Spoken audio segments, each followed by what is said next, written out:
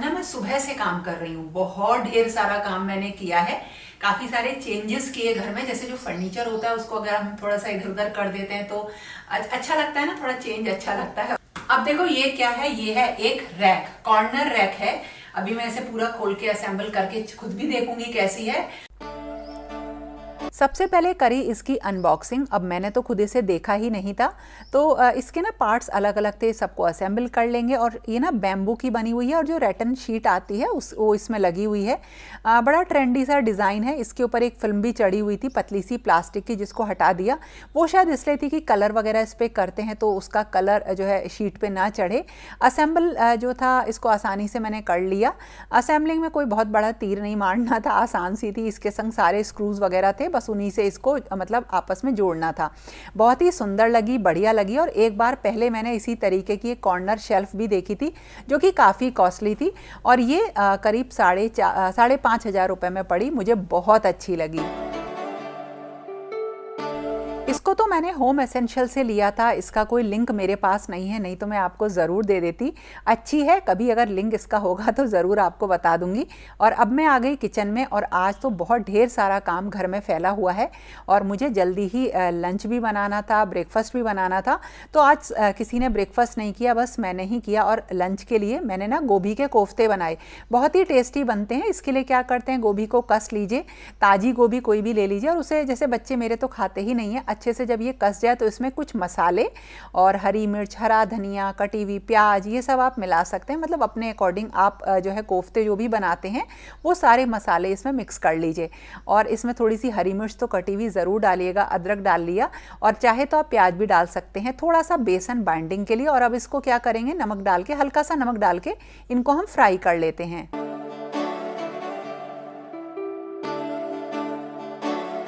और अब जैसे आप नॉर्मल ग्रेवी बनाते हैं जिसमें प्याज होता है, टमाटर, खड़े गरम मसाले वगैरह डाल के जो नॉर्मल बनती है घरों में, आप उसी तरीके की ग्रेवी बना के इस कोफ्तों को उसमें डाल दीजिए। खाने में बहुत अच्छे लगते हैं, एक नया सा स्वाद और नई सी चीज़ हो जाती है। और अब नवरात्रि आने वाली है तो मेरी किचन की क्लीनिंग स्टार्ट हो गई है। तो वैसे भी जब फेस्टिवल्स हो जाते हैं ना तो उसके बाद किचन मेरी बहुत फैल जाती है। होली अभी गई है, बहुत सारी चीज़ें मैंने बनाई, और थोड़ा सा सामान भी आज मैंने इधर उधर किया है। तो अब इसे मुझे सेट करना है और थोड़ी सी जगह भी बनानी है। एक्चुअली होता क्या है, हम लोग व्रत रखते हैं, उसमें कोई भी प्याज लहसुन वगैरह हम लोगों के घर में नहीं बनेगा अब नवरात्रों में, तो सारी चीज़ें उसी हिसाब से सेट करनी होती हैं।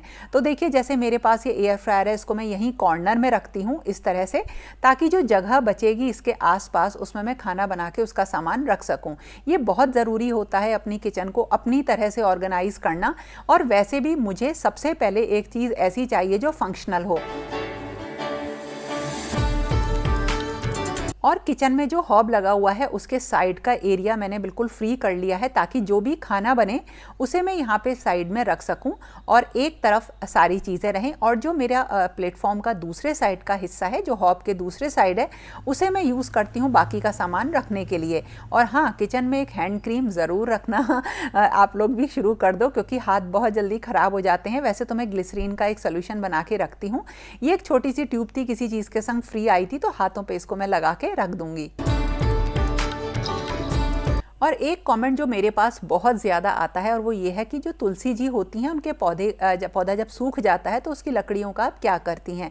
मैं क्या करती हूँ, उन सबको छोटे छोटे टुकड़ों में तोड़ के कलावे से सबको बांध लेती हूँ, और इसको ना एकादशी के दिन या किसी अच्छे दिन मैं इसे घी में डिप करके दीपक की तरह से जलाती हूँ। ये बहुत ही शुभ माना जाता है।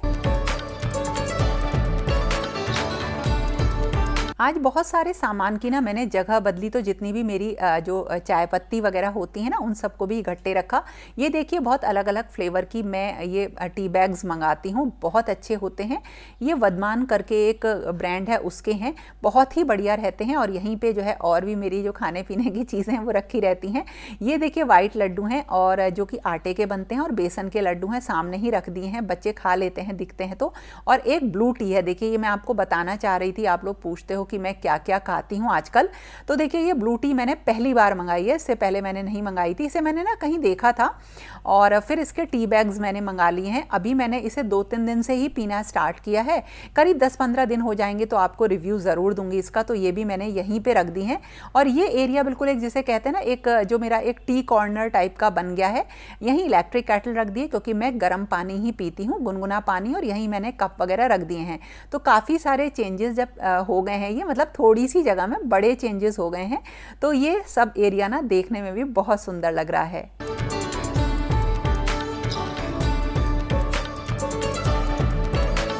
और यहीं पे मैंने ना थोड़ी सी मूंगफली रोस्ट करके मसाले वगैरह डाल के रख दी है। भूख लगती है तो खा लेती हूँ।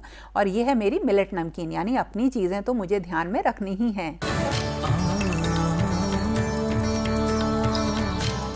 और अपने फ्रिज के जो साइड में जगह है, यहाँ पे मैंने कॉफ़ी मशीन और अपना जो डो मेकर है वो रख दिया है।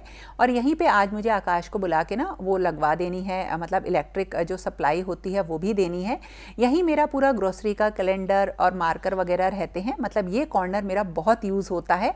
तो नवरात्रि से पहले ये सब काम करने के साथ साथ मुझे देवी जी का लहंगा भी बनाना था। बड़ा ही आसान सा तरीका है जिससे मैं लहंगा बनाती हूँ, और कभी तो मार्केट से भी ले लेती हूँ। ये बिल्कुल डिपेंड करता है कि मेरे पास कितना काम है।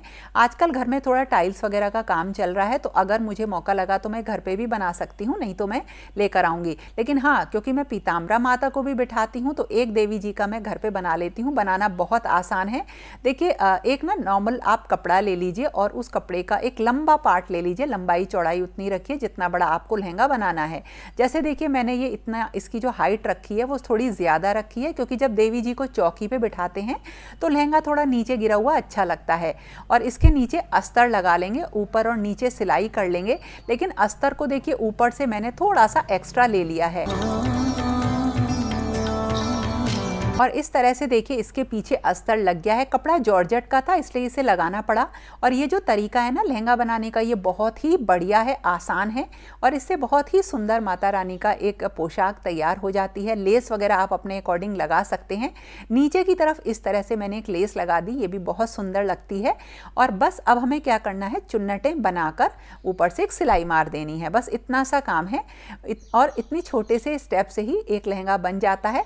और चुन्नटों का मैं आपको तरीका बताऊं तो जहां पे ऊपर हमने एक्स्ट्रा कपड़ा छोड़ा था ना अस्तर का, उसको इस तरीके से ऊपर से देखिए इस तरह से चुन्नट आप पहले ही बना लीजिए और पिन अप कर लीजिए। आप कोई भी इसमें पिन लगा लीजिए और उसके बाद हम इस पे सिलाई करेंगे। और बस अब हमें ऊपर की तरफ से इसमें सिलाई कर लेनी है। और ध्यान रखिएगा कि इसी को जो एक्स्ट्रा कपड़ा था ना, इसको अगर मोड़ देंगे तो नेफा भी बन जाता है। ये बिल्कुल आपके ऊपर है कि आप किस तरह से सिलाई करना चाहते हैं। तो मैंने क्या किया, इस तरह से इसे कट कर दिया है अभी तो।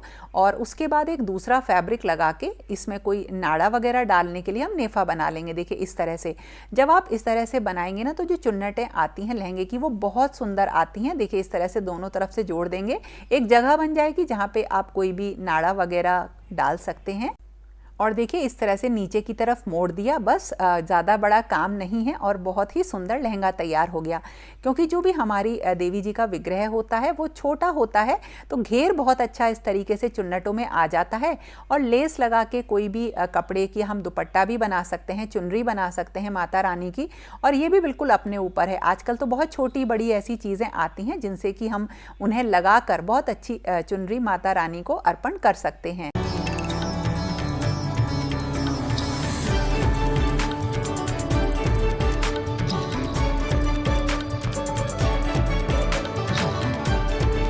क्या जो मेरा घर है ना, इसमें मतलब एक दो चीजें बड़ी गड़बड़ हैं। अब ये बना हुआ लिया था तो इसमें कोई हम अपने अकॉर्डिंग कुछ भी चेंजेस नहीं, मतलब हमारे अकॉर्डिंग कुछ ऐसा नहीं बन पाया। तो किचन का जो साइज है, जैसा मैं कई बार बोलती हूँ, बहुत छोटा है। और मुझे कुकिंग का बहुत शौक है, नए सामान लेने का शौक है। और ये अब से नहीं है, बहुत पहले से है। मतलब मैं किचन में कुछ नया सामान लेने के लिए ना काफी लंबा वेट किया करती थी, और फिर कोई एक नई चीज आती थी वो मैं लेती थी। जैसे मैं आपको बताऊं, आज से करीब 10-15 साल पहले मैंने फैब फर्निश नाम की एक वेबसाइट थी, उसमें बड़ी अच्छी अच्छी चीजें मिलती थी, मैं वो सब खरीदती थी अपनी किचन के लिए। तो मुझे शौक है। तो अब ये किचन का साइज छोटा है, तो इसमें कहाँ मैं सामान रखूं, कहाँ क्रॉकरी रखूं, और बड़ी दिक्कत होती है। तो किचन ना मेरी एक्सटेंड हो जाती है, जो किचन वाला स्पेस है उससे बाहर निकल आती है। तो फ्रिज के साइड में काफी सारी चीजें मैंने चेंज करी, मतलब कुल मिला के बहुत सारी चीजें कॉर्नर्स में इस तरह से सेट करी कि मेरा जो किचन का सामान है वो उसमें आ जाए। और इस तरह से सारे कामों को मैंने निपटाया है जल्दी जल्दी, क्योंकि आज मुझे बहुत सारी तैयारी अपने नवरात्रों की करनी है, जिसमें सबसे पहले तो जो सामान मैं लेकर आई हूँ उसको सही तरीके से रखना होता है। और उसमें सबसे पहला काम होता है कि मैं अच्छी सी एक हवन सामग्री बनाऊँ, क्योंकि पूजा का ये एक बहुत ही इंपॉर्टेंट स्टेप है। तो चलिए देखते हैं कैसे बनाते हैं। तो सबसे पहले मार्केट में मिलने वाली एक अच्छे ब्रांड की हवन सामग्री 4 कप ले ली है, और इसमें 1 कप डालेंगे हम चावल और 1 कप डालेंगे जौ। अगर ये दोनों चीज़ें नहीं हो तो आप डाल सकते हैं गेहूं। और उसके बाद इसमें ऐड कर देंगे थोड़ा सा गुड़ का पाउडर या शक्कर, जो भी मिल जाए। और इसमें कपूर और हरी इलायची को पीस के वो भी 1 कप ऐड कर दिया। इसके बाद काले तिल, वो भी 1 कप ऐड किए। बस ध्यान रखिए इसमें कोई भी कीड़े ना हो, बिल्कुल साफ हो। और गुग्गल को डाल दीजिए 1 कप इसमें। और जो इंद्रजौ आती है इसको भी हमने 1 कप ऐड कर दिया। और इसी तरीके से आती है सर्व औषधि। किसी किराना स्टोर पे, ग्रोसरी स्टोर पे आपको सर्व औषधि या औषधि के नाम से जो मिल जाती हैं औषधियाँ, उनको ऐड करिए, बीमारियां काफ़ी दूर रहती हैं। और इसमें जो है पंचमेवा डाल दी है, और इसी के साथ शहद और गाय का शुद्ध देसी घी ऐड कर देंगे। तो जो औषधि होती हैं, अगर आप उन्हें इस हवन सामग्री में ऐड करते हैं, खासकर नवरात्रों के टाइम पे, तो इसके असर होते हैं। घर में आपको जो बीमारियां आने वाली होती हैं या हो रही होती हैं वो सब दूर होती हैं, ऐसी मान्यता है। सबको अच्छे से मिक्स करेंगे और एक बहुत ही बढ़िया किस्म की हवन सामग्री हमारी रेडी हो जाएगी।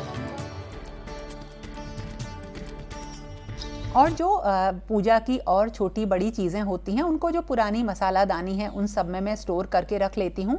तो मेरे जो पुराने वीडियोज़ हैं उसमें आपको पता चल जाएगा कि किस तरह से मैं नवरात्रि की तैयारी करती हूँ। ये मेरी जो एक बहुत बड़ी पूजा होती है, क्योंकि ये काफ़ी लंबे टाइम तक, मतलब 9 दिन तक, 10 दिन तक ये चलती है। और इसमें हर दिन हमें बहुत कुछ चीज़ें करनी होती हैं। तो अब की बार मैं आपको वो सारी विधि भी बताऊँगी जो मैं करती हूँ। और जितना भी सामान है देखिए मैंने इसमें रख दिया है, जो कि घट स्थापना में, देवी जी की स्थापना में, और जब कभी हम मतलब अखंड जोत जलाएंगे, बहुत सारे जो सप्त देवता होते हैं हम बिठाएंगे, उन सब के लिए इसकी ज़रूरत पड़ती है। तो ये सब मैंने भर के रख दिया है अच्छी तरीके से स्टोर करके।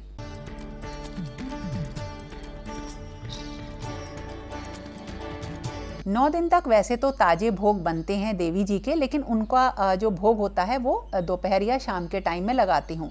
लेकिन जब सुबह पूजा करती हूँ तो वो बहुत जल्दी पूजा होती है, तो उस टाइम के भोग जैसे जो बताशे होते हैं उससे पूजा होती है, या जो हमारे मेवे वगैरह होते हैं, पंचमेवा, चिनौरी वगैरह मैं रखती हूँ, फल होते हैं।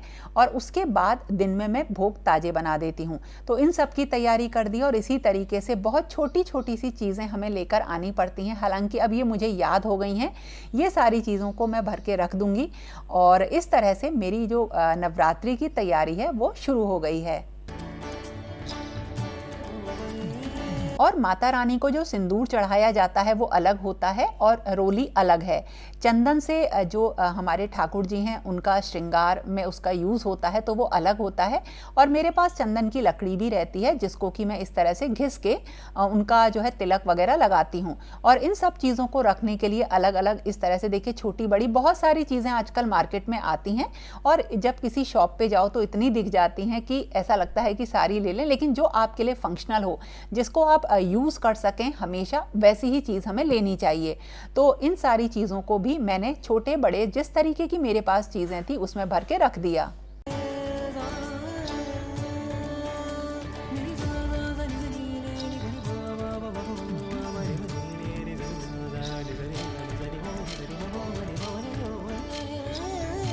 और अब जैसे जैसे मेरी ये तैयारी आगे बढ़ेगी मैं आपके साथ सारे जो वीडियोस हैं उनको शेयर करूंगी, शॉर्ट्स बना दूंगी। तो आप लोग भी नवरात्रि की तैयारी शुरू कर दीजिए। तो दोस्तों ये था मेरा आज का वीडियो, कैसा लगा ज़रूर बताना, और पसंद आए तो लाइक कमेंट शेयर करना मत भूलना। तो फिर मिलेंगे एक नए और इंटरेस्टिंग वीडियो के साथ। तब तक के लिए okay friends, thank you and bye bye.